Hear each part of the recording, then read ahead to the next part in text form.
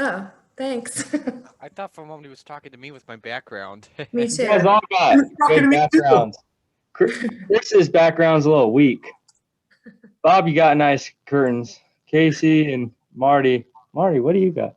Those are die casts, 164s. Nice. I like that. Yours is on the bottom right there. Oh, now we're talking. All right. Well, Noah, thank you for taking some time to talk with us in advance of the Daytona 500. A lot of excitement coming up. So we're going to get right into questions for you. As a reminder, if you have a question, please raise your hand in the participants tab, or you can send me a chat and I'll get to you. And we're going to kick things off with Dustin Albino. Go ahead. Yeah, no, I was curious. Had you gotten to know Mr. Beard at all? I have not met him, but it was still early on in the relationship that we were. I was planning on hopefully meeting him down in Daytona, but no, they sent me the Beard family sent me a little Christmas gift and card and everything, which was very generous of them. But I didn't really have much relation yet with Mr. Beard earlier on, and then but yeah, just getting to know the family and whatnot, talking to him a little bit, but not met him in person. Thanks, Noah. Sure. All right, we'll take our next question from Chris Estrada. Chris. Thank you. Just turning to the to your Xfinity side of things, a short preview that your team had sent out earlier. You had talked about how potentially your biggest challenge on the 9 car would be practice and qualifying, having those come back in limited fashion. Could you perhaps take us inside one of those practice sessions? I assume that you and your crew chief Dave have a list of things you want to accomplish in these sessions, but how can the process of trying to accomplish those things go awry and perhaps put you and your team on a little bit of the back foot going into a weekend? Yeah, I think that's a great question, Chris. The thing is, like, you get into a rhythm with the end of last year, I guess, when we came back from the quarantine or the break, and you get into a rhythm of showing up to the racetrack and getting into the mindset of, all right, it's my first lap in the car. You feel pretty comfortable under pace laps, just with your seating arrangement and everything, just because being full time week to week, you're able to you're not going car to car and different seats and whatnot. So everything feels comfortable from that standpoint, but you don't really know what your car is going to handle like. And I really enjoyed that part of it, going into the races and not having any practice and firing it off into turn 1 and praying that it sticks. So with practice, I feel like you have to have a different mentality on how you approach practice compared to how you approach the race. And the biggest struggle I've had is, I think I said it, I don't know if you guys were on here, but I said it before one time on one of these Zoom deals, is when I get into practice, I think that's where, like, it gives me an opportunity to either go forward and make the car better or make it worse. And unfortunately, a lot of the times I've made it worse. And I think a lot of that is because of my lack of experience back in 2019 when we practiced every weekend.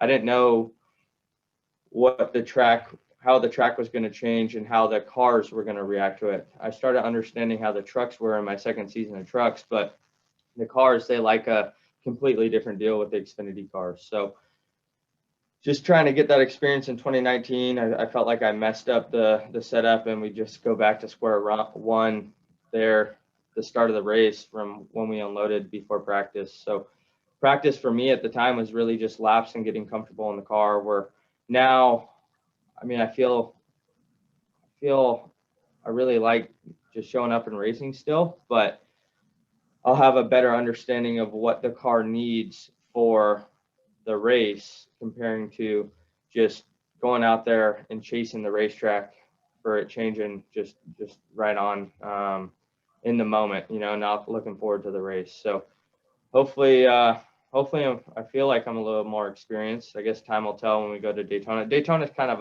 an oddball because we don't practice that much. You're just kind of shaking down the car, but everywhere else, it'll be like these road courses. It'll be nice, but Nashville, it'll be interesting to see what I can do with the race car and if we can make it better for the race. And if I may ask a follow-up, you mentioned during the summer you had started to kind of go through a more of a mental process, trying to clean up mentally, whether it be gauging friendships and trying to eliminate drama. Going into this new year, how has that process continued? And do you feel like you've reached a higher level of maturity on and off the track? Yeah, I think definitely I've become more mature, and I still got a long ways to go, obviously. But no, I think it was a good change for me. I needed to focus on myself and not really focus on, kind of like what we were talking about with practice. Don't really focus in the moment. Have a plan and make some goals and stick with your goals. And so I see that it's changed me for the better. And I still talk to some of those people, but I'm not, there's no more distractions really in my life. I've surrounded myself with good people, and had a lot of weight on my shoulders last year with different life stuff going on. So I feel like it was time to kind of make a change, and we were going through a little bit of slump there in the middle part of the season, and it was a struggle. So feel better now, feel more confident than ever, and each day getting closer to race season, it gets me more pumped up each and every day. Thank you, Noah. Thank you. All right, we'll take our next one from Jacob Steelman. Go ahead, Jacob. Thanks, Marissa. Noah, thanks for taking some time this morning. Kind of to follow up on where the press conference started here. I know you had never met Mr. Beard in person. With everything that's happened, do you feel any extra pressure because of the situation going into this Daytona 500 attempt, or is it more of a motivator to really go out and perform and give the family something they can hang their hat on? I think it goes both ways, but more leaning on more of a motivator to just go out there. Obviously, you're going to have pressure. We're not locked into the Daytona 500. We have to qualify our way in with, I'm not really sure what you call our position. I don't know if it's like an open car. I'm kind of thinking more of the all-star race type, but we're the team without a charter. So we have to qualify our way in, and that's a lot of pressure in itself. And I mean, really, you can just try to do your best job getting up through the gears and running a nice lap and smooth lap. But the duels are kind of what I'm nervous about. And I think preparation wise, that's where it's going to come into play, is preparing and watching in-car stuff. Denny Hamlin's very good at different techniques and whatnot on the super speedway. So watching his in-car from the first duel last year, I've been studying that and whatnot. So going back to your question, I think there's a lot of pressure just with the situation itself of trying to qualify and make the Daytona 500. But with Mr. Beard, I think it adds motivation for the whole Beard family and all of the partners involved. It's more motivation and just a way to honor him in his life. So very thankful for the opportunity. The Beard family, they're so kind and very generous to be able to let me run their race car and take a chance on me. So it started off as Mr. Beard saying, "Hey, go out there and we want to ride around and have a car for the end." And then I got a phone call from Brendan Gaughan the other day, and he said, "Miss Beard said the opposite now. She said, tell that little shit to go drive the piss out of it and drive it for all it's worth." So we're going to try our best. I know the car, it's been strong in the past, and obviously Darren Shaw, the crew chief, it's a one-man band over there, one-man show. And I think that's pretty incredible what Darren Shaw and the Beard family are able to do with one employee. There's one employee that does everything on these cup race cars. And it's like going street stock racing. That's the kind of environment it feels like, or local grassroots racing. And I think that's really special in this day and age. And racing at the premier level in NASCAR, you can still be competitive. And when you have smart people like Darren Shaw, it's very incredible what he's able to do. So when you see all these teams with 400, 500, 600 employees, and then we got one, it'll make it that much more special. I'm glad you mentioned Brendan, because I wanted to follow up with that. I know that's really where this whole journey started. Can you take us back and kind of talk about that conversation when Brendan, pretty much handpicked you to be the one to follow him in the 62? Well, we all know Brennan's a jokester, and he's a funny guy and a talkative guy. And he called me up one day over Thanksgiving break when I went back to see my family in Vegas over Thanksgiving, and I was sitting in my room, and Brennan called me. And I'm like, and this is strange. I haven't talked to Brennan in a few months. And so I answer the phone, and he's like, hey man, what's your deal with Junior Motorsports? Are you allowed to run any other races and whatnot? And I'm like, well, I don't know. Like, I mean, I can find out. And I didn't know really what he was getting at. I knew he retired. I didn't even know the Beard family wanted to continue racing in the Cup Series and on the super speedways. So I was kind of shocked when he's like, well, I want you to drive my car, the 62 car for the Beard family in the Daytona 500 this year. And at first I thought like he was joking with me. I guess not at first, but I thought he was joking with me the whole time. And then he's like, hold on, let me call Kelly Earnhardt Miller. And so he calls Miss Kelly, and he gets back to me the next day. He's like, hey man, I hate to break it to you, but she said, no, you can't run any other races and whatnot. He's like, you're not going to be able to run the car. I got to find someone else. And like, I was devastated for a few seconds. I was like, are you serious? He's like, nah, man, I'm just messing with you. She gave me the thumbs up and you're good to go. So yeah, it's a really just lighthearted atmosphere over at Beard Motorsports. I haven't signed any contracts. I've talked to Brennan and the Beard family and everybody. I mean, there's not a lot of people involved. So that goes back to what I said earlier of it just feels like going and racing a super late model at a local racetrack somewhere around the country. But it's kind of surreal when I think about it and the opportunity that I have. We're going to the Daytona 500 with the chance to race in the Great American Race. And this is what I've been dreaming of. So that being said, I'm excited for it, but time will tell. Hopefully we get in, but nonetheless, it's a great opportunity. Thank you, buddy. Good luck next week. Thank you, Jacob.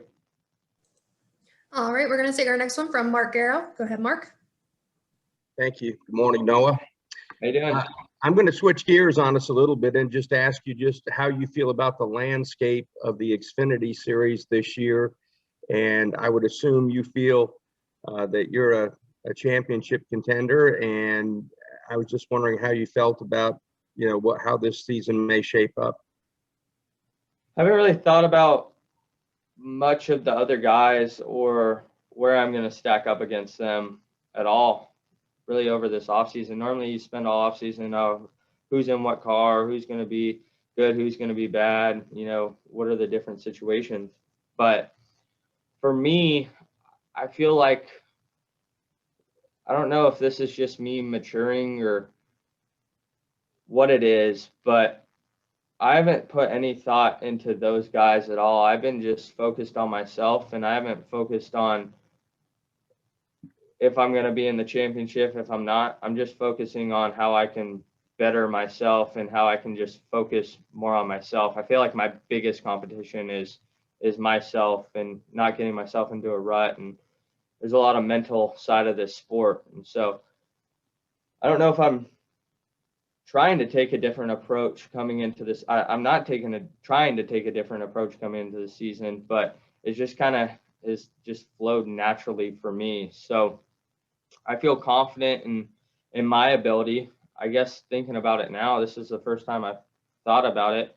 I feel like we could be a championship contender, but at the end of the day, if I'm not fully prepared, it really doesn't matter because the results won't be there. So I'm focused on our race team, Bass Pro Shops, True Timber, Black Rifle Coffee, and the number 9 team and myself to get the job done. And really, I'm racing the racetracks and trying to go as fast as I can go. And if we're going as fast as we can go, it doesn't really matter where the other guys are.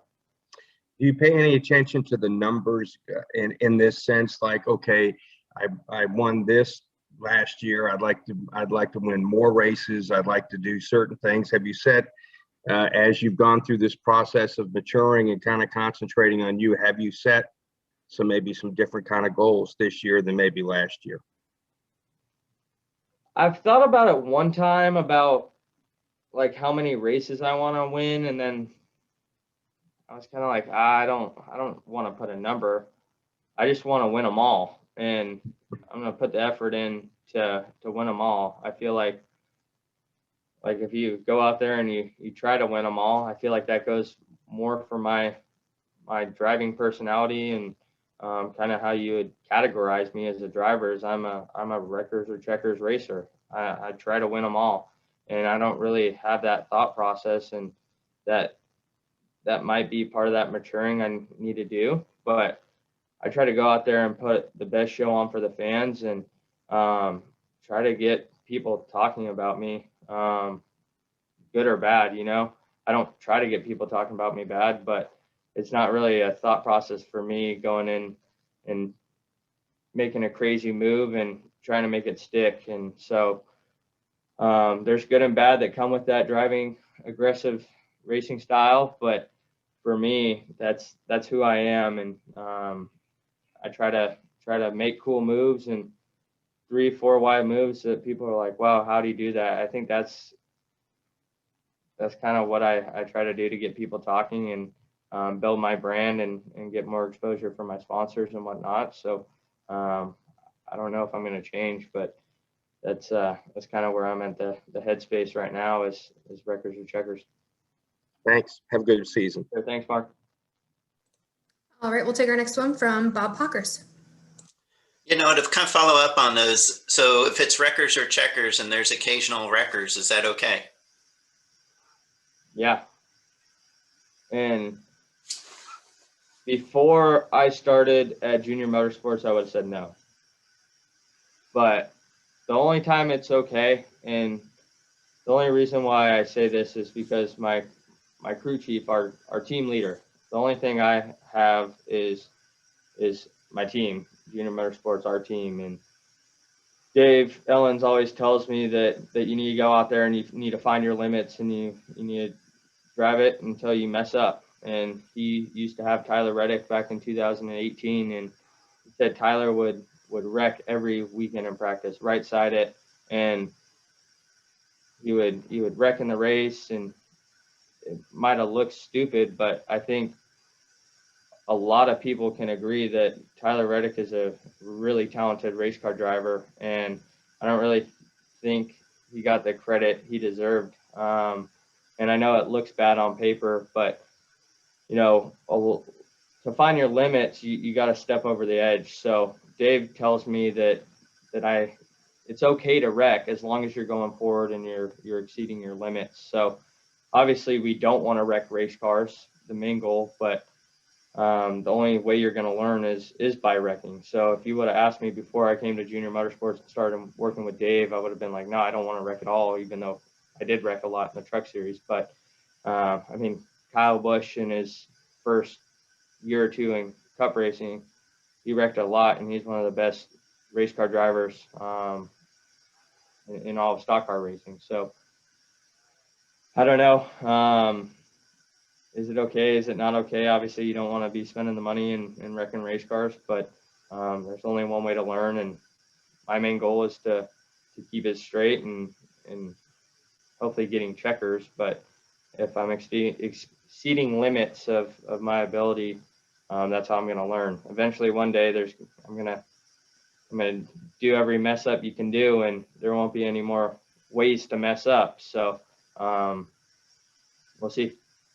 And when you talk about improving and maturing, is there any point in there where you almost have to take a step back in performance to take 2 steps forward? No, I don't know if I agree with that, because I had some controversies at the first half of the season last year, and then everybody's pulling me from every direction saying you need to calm down, you need to do this, you need to do that, but we were still fast at all those places. And then it was after the first Texas race where Dale sat me down and he's like, you need to calm it down behind the wheel, you need to not be touching guys on the racetrack. And he told me you need to not slow down while you're doing that. But I don't know how to do both. And so I tried doing what everyone said, be cautious out there, don't run over guys, and don't race aggressively. And, you know, I think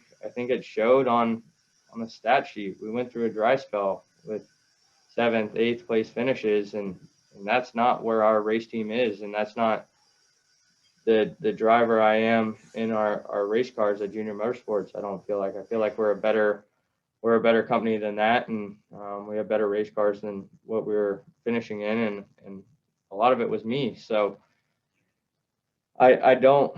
That's the only reason why I disagree, is because I tried that strategy of taking a step back, and it wasn't for the better. We really suffered just speed at that point and whatnot. So I think we saw in the playoffs, I finally came to a point where I said, screw that. I'm going back to my old way, and I'm going to try to be coachable, but I'm going to also stay true to myself and to my style and what I feel comfortable with, and hanging it out on the line and being sideways and edgy. I'm an adrenaline junkie. So when I scare myself, that's where I feel most comfortable. And I think that was kind of, I wanted to try what Dale was saying and what other people were saying, but I feel like I wanted to try it to see if it was going to work. And I think I got my answer. Thank you. Thank you, Bob. All right, our next one will come from Marty Sakala. Go ahead, Marty. Thanks, Marissa. Hey, Noah. Kind of just a follow-up. I want to go back to how you're prepping. Besides studying like the in-car cameras, how else are you preparing for a race that's going to have stronger runs than Xfinity or Truck Series when it comes to drafting in the packs? Well, you can look at data and stuff. Super Speedways is a little bit of a different animal, just because it's a 200-mile-an-hour chess game. And so you approach it in a different way than you would a 1.5-mile race. So there's different techniques you use for super speedway racing and then other forms of racing. But working with Josh Wise and the Team Chevy program, and leaning on the other drivers in the Team Chevy Josh Wise program, I found a good way to prepare for these races. I spent a lot of time with Tyler Reddick, and during the week leading up to the races. I really look up to Tyler as a friend and a mentor, and the race car driver he is, I look up to him. So being able to study with Tyler, I feel like we have a similar driving style, and that's why I think we get along really well.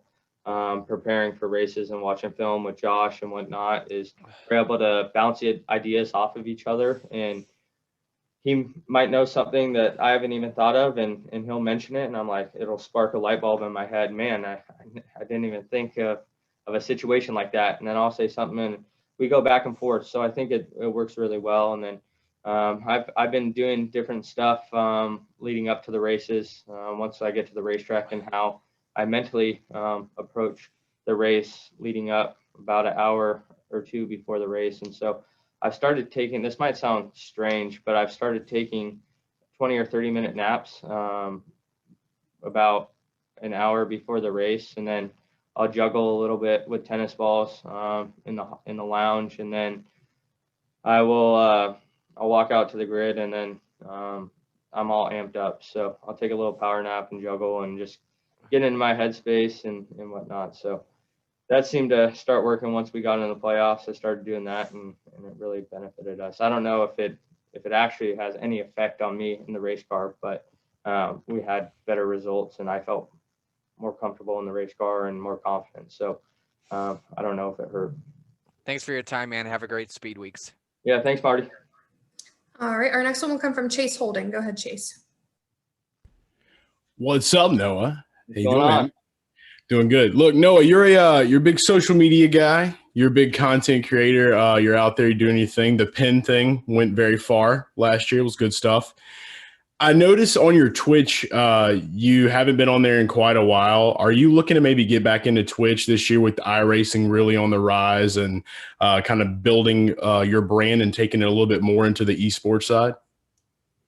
Yeah, I'd like to. I kind of struggle at iRacing, but I used to stream on Twitch. I'm not very computer savvy or technology savvy. I know how to like work my phone for certain things, but I don't really know how to. I know how to do Instagram and Snapchat, Twitter, and all that kind of stuff. But other than that, I'm not really savvy on how to stream and everything. So I don't want to say it's more of a hassle for me to stream, but it's just it gets kind of confusing and just frustrating. So I would like to stream a lot more. I enjoy watching people's streams, and I would like to do it more. I've been playing a lot of NHL 21 on Xbox and a lot of stuff like that, but more Xbox stuff. But yeah, I'm not savvy enough to like I have it set up, but it's a lot of steps and processes to do that rather than just going on Instagram Live. So I'd like to stream more. This isn't going to be a popular thing to say, so with all due respect, but I kind of got burnt out on iRacing during a certain period last year, and I'm not the best at iRacing.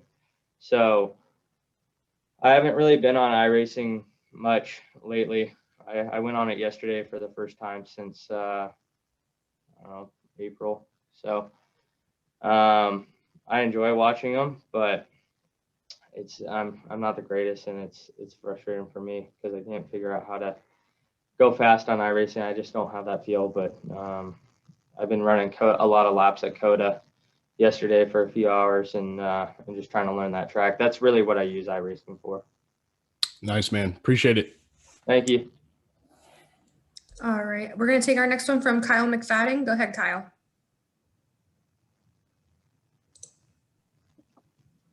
With Chase Elliott and other drivers branching out in other forms of racing, is that stirring desires in you, Noah, to diversify yourself, and how important is that in building your brand and also being involved in grassroots racing? I'd like to. I'd definitely like to race anything, and whether it be go-karts and I don't know, dragsters, dirt cars. I'd like to run the Baja 1000 one day. I think that'd be really cool down in Mexico. But I love all forms of racing. Like I said, shopping carts, three-legged race, whatever you want to call it. I'll do it all. But right now, I think seat time is good in any forms of racing. But I need to make it a little further in my racing career, and trying to save some money right now.